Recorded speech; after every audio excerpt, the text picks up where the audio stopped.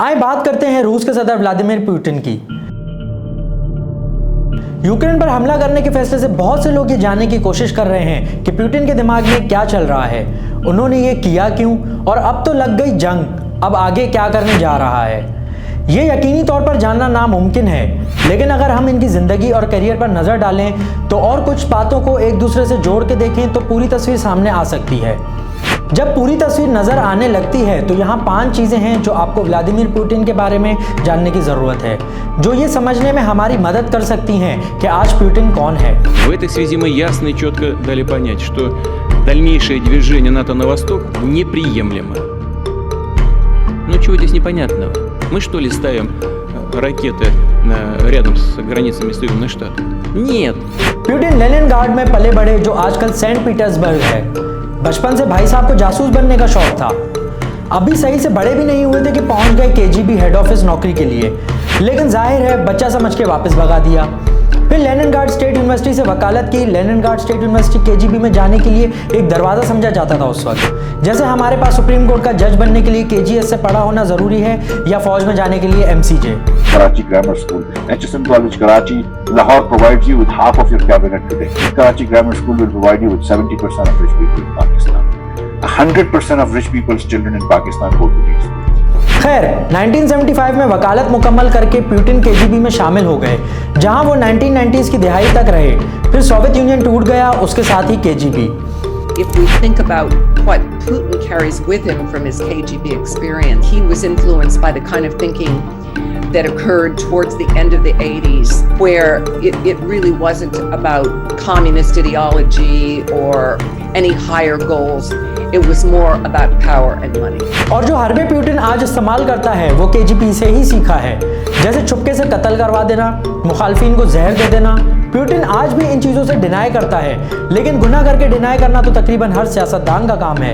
The murder of Politkovskaya in a contract-style killing provoked international condemnation of the Kremlin. One of Vladimir Putin's fiercest critics gunned down in broad daylight, 4 bullets in the back, in the very shadow of the Kremlin. UK inquiry into the death of a former Russian spy in London says Russian President Vladimir Putin probably approved the killing of Alexander Litvinenko.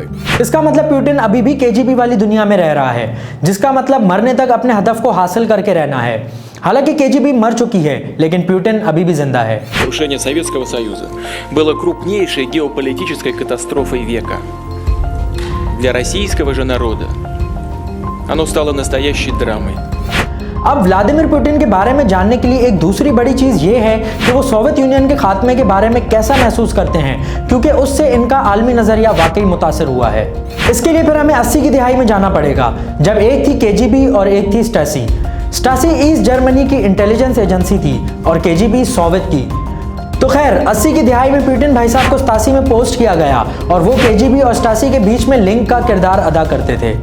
अब ये वो वक्त था जब सब कुछ बहुत तेज़ी से बदल रहा था। सोवियत यूनियन का खात्मा शुरू हो चुका था। एक तरफ से पाकिस्तान ने अफगानिस्तान में बैंड बजाई हुई थी, दूसरी तरफ ईस्ट यूरोप में मुजाहिरे कम्युनिस्ट सरकारों का तख्ता उलट रहे थे। और फिर 1989 में कोल्ड वॉर की सबसे बड़ी अलामत यानी बर्लिन वॉल गिरा दी गई। ईस्ट और वेस्ट जर्मनी एक हो गए। उसके बाद एक तरह का फ्री फॉर ऑल था। वहाँ मौजूद मुजाहिरीन ने स्टासी की इमारत पर हमला करने की धमकी दी, जहाँ पुतिन ड्यूटी पर थे। उन्होंने मदद मांगने के लिए करीबी सोवियत फौज के एक यूनिट को बुलाया, लेकिन उन्हें बताया गया हम मॉस्को के हुक्म के बगैर कुछ नहीं कर सकते और मॉस्को खामोश है। इस रद्द-ए-अमल ने पुतिन की दुनिया का रंग बदल दिया। पुतिन को शायद ये पहली बार रियलाइज हुआ कि जासूस एजेंसी के ऊपर भी कुछ पावरफुल लोग हैं, और तब से उसका करियर एक दूसरा रुख ले गया।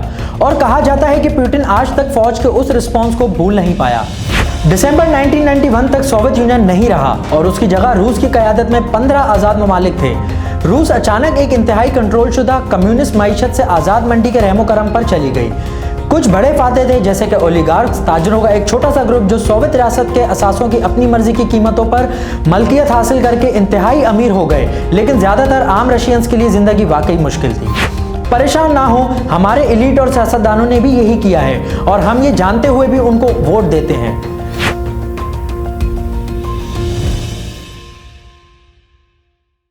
अब आ जाते हैं तीसरी बात पे। पुतिन को थोड़ा सा ऑर्डर बहाल करने का बहुत ही ज्यादा क्रेडिट मिला, क्योंकि 2000 में सदर बनने के बाद हालात वाकई बदल गए। लेकिन ये सब हुआ कैसे? आए आपको बताते हैं कि पुतिन कैसे ऊपर पहुंचा। Отдельные нормы то по сути чуть ли не вся система права одного государства, прежде всего, конечно, Соединенных Штатов, перешагнула свои национальные границы и, по сути, во всех сферах, и в экономике, и в политике. जब प्यूटिन ईस्ट जर्मनी से वापस आए तो इन्हें लेनिनग्राड के मेयर के लिए काम करने की नौकरी मिल गई और प्यूटिन ने अपने काम करने की सलाहियत पर शोहरत पैदा की और देखते ही देखते चंद ही सालों में प्यूटिन डिप्टी मेयर बन गए और फिर मेयर इलेक्शंस हार गए और प्यूटिन भी अपनी नौकरी से हाथ धो बैठे और फिर वो प्रेसिडेंट येल्सिन की इंतजामिया में शामिल होने मॉस्को चले गए। वो डिप्टी चीफ ऑफ स्टाफ बन गए और फिर डायरेक्टर ऑफ द FSB जो कि KGB का रद्दोबदल था। इस चीज का एक्सपीरियंस तो उन्हें ऑलरेडी था कि क्राइम्स कैसे करने होते हैं। तो खैर फिर क्या से क्या हो गए देखते देखते येल्सिन ने उन्हें अपना प्राइम मिनिस्टर मुकर्रर कर दिया। फिर एक महीने बाद अपार्टमेंट बॉम्बिंग्स के एक सिलसिले में 300 लोग मारे गए। गवर्नमेंट ने चेचन एलर्जी पसंदों को जिम्मेदार ठहराया, लेकिन कुछ सहाफियों और मौरिखीन ने यह तजवीज़ किया कि इसमें FSB इन्वॉल्व था, मगर रूस ने चेचनिया पर हमला करके जवाब दिया। प्यूटिन को इसमें इंचार्ज के तौर पर देखा गया और उसकी मकबूलियत में काफ़ी इजाफा हुआ। The contrast with President Yeltsin was stark. Yeltsin was ill, an alcoholic, and unpopular. He was also seen as a puppet of the West and of the oligarchs. 1999 में नए साल की रात येल्सिन ने इस्तीफा दे दिया और प्यूटिन को एक्टिंग प्रेसिडेंट मुकर्रर कर दिया और 3 महीने बाद इलेक्शंस ने कंफर्म कर दिया। प्यूटिन ओलिगार्क्स यानी इलीट्स के पीछे भी लग गए। प्यूटिन ने बहुत से इलीट्स को टैक्स चोरी और फ्रॉड जैसी चीज़ों के इल्ज़ाम में मुलविस पाया और कुछ को जेल भेज दिया, कुछ को कत्ल करवा दिया और कुछ चुप करके यसिर बन गए। अब इस वक्त के आसपास प्यूटिन की सदारत के इब्तदाई सालों में रूस की मईशत ने वाकई अच्छा काम करना शुरू किया। तेल और दीगर बड़ी रूसी एक्सपोर्ट्स की कीमतें तेज़ी से बढ़ रही थीं। रशिया की इकोनॉमी ने 2000 और 2008 के दरमियान 7% के औसत से सालाना इजाफा किया और गुर्बत में तकरीबन आधे से भी ज़्यादा कमी आई।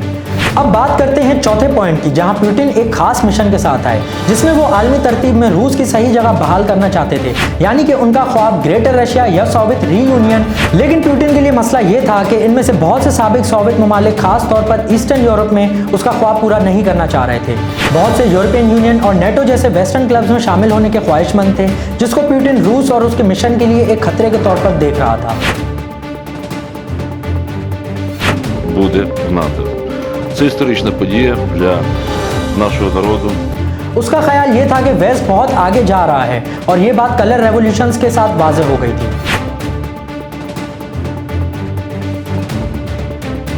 प्यूटिन ने रूस की ताकत को दोबारा कायम करने के तरीके तलाश किए और हमने देखा कि क्रेमलिन ने साबिक सोवियत इलाकों पर हमला करने का फैसला किया, जिसमें 2008 में जॉर्जिया, 2014 में यूक्रेन, जब रूस ने क्रीमियन पेनिनसुला को जम कर लिया था, और फिर 2022 में पूरे यूक्रेन मुल्क पे। ऐसा लगता है कि हरकतें रशियंस के दरमियान खासी मकबूल रही हैं, खास तौर पर क्रीमिया पर कब्जा, और प्यूटिन अब भी मकबूल दिखाई देते हैं। 2022 में यूक्रेन पर हमला करने की वजह से भी इन्हें सपोर्ट मिली। हालिया सर्वे के मुताबिक प्यूटिन की हिमायत 83% है, क्योंकि 20 साल से ज़्यादा इक़्तिदार में रहने के बाद प्यूटिन ने तकरीबन मुकम्मल कंट्रोल का निज़ाम कायम किया है। When Putin came to power, he did start to dismantle independent actors or institutions, and it led finally to the very personalistic system where there is Putin himself and his big apparatus serving his needs. अब आ जाते हैं पांचवी बात पे। Putin ने इस बात को भी यकीनी बनाया कि वो रूसी मीडिया के लिए चैलेंज नहीं है, यानी कि उनसे कोई लड़ाई नहीं, और लड़ाई करते भी कैसे। 2000 की दहाई के अव्वल में क्रेमलिन ने बड़े टीवी स्टेशंस का कंट्रोल संभाल लिया, जो ज़्यादातर रूसियों के लिए खबरों का बुनियादी जरिया थी।